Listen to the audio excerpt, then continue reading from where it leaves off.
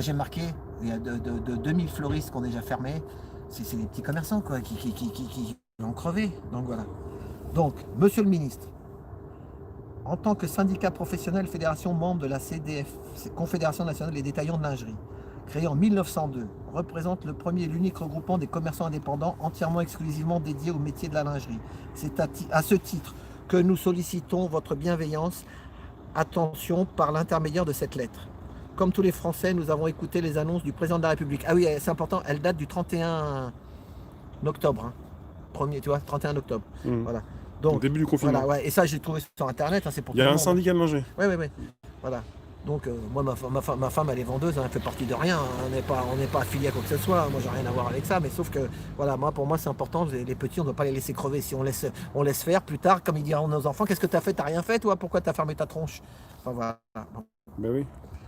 Alors, comme tous les Français, nous avons les annonces du président de la République, celles de son Premier ministre, et nous avons bien compris l'importance d'une unité nationale dans cette crise sanitaire Covid-19 pour réduire au plus strict minimum les contacts et déplacements sur l'ensemble du territoire.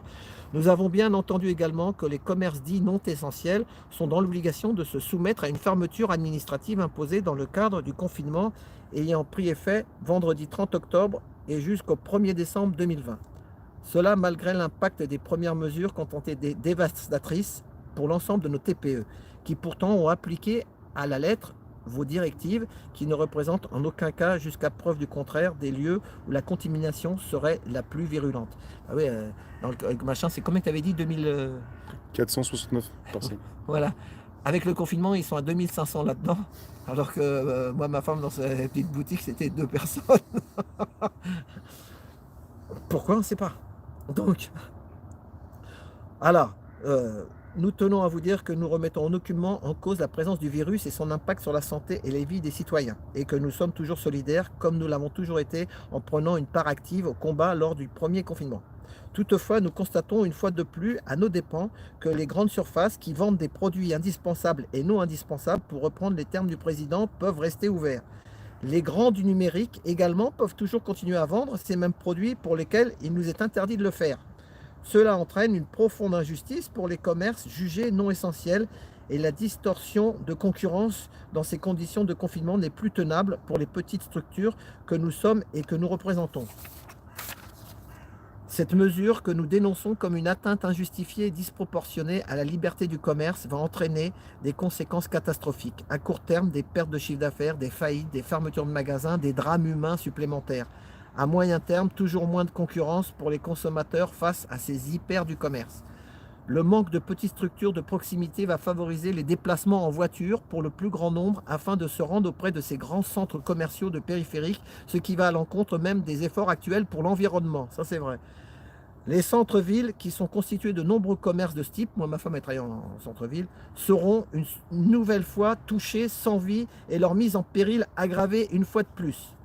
Nous comprenons l'urgence sanitaire, mais nous déplorons ces mesures incompréhensibles qui aggravent encore davantage la distorsion de concurrence entre le commerce en ligne et physique et qui distinguent de manière arbitraire et illisible entre le commerce et les autres activités économiques, ainsi qu'au sein des commerçants entre ceux qui seraient essentiels et ceux qui ne le seraient pas. Par conséquent, nous demandons que soit instaurée la réciprocité, la fermeture des rayons supermarchés proposant les mêmes biens doit se faire également sans attendre dans le cadre de cette fermeture administrative. Il faut cesser de favoriser les grandes surfaces et permettre aux commerces spécialisés de poursuivre leur activité. Si les uns sont empêchés de vendre, il ne faut pas que les autres puissent le faire sans vergogne.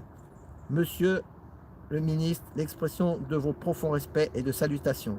On peut donner le nom des dames, hein, parce que de toute façon, c'est Madame Cathy Leboucher, Madame Sandrine Rocher et Madame Émilie Lété qui ont écrit la lettre. Donc voilà, et moi, on est bientôt, ça fait plus de 15 jours, ben moi j'ai le ticket qui fait foi, j'ai même payé avec ma carte bleue, ben j'en ai acheté une, et quand tu es dans la même galerie marchande, tu avances de combien de mètres Je sais pas, 10 mètres 10 mètres, ben tu as une boutique, c'est pas celle de ma femme, eux ils sont obligés de fermer le rideau et de pas vendre. Et par contre, voilà, ben, on en est là, voilà, donc voilà.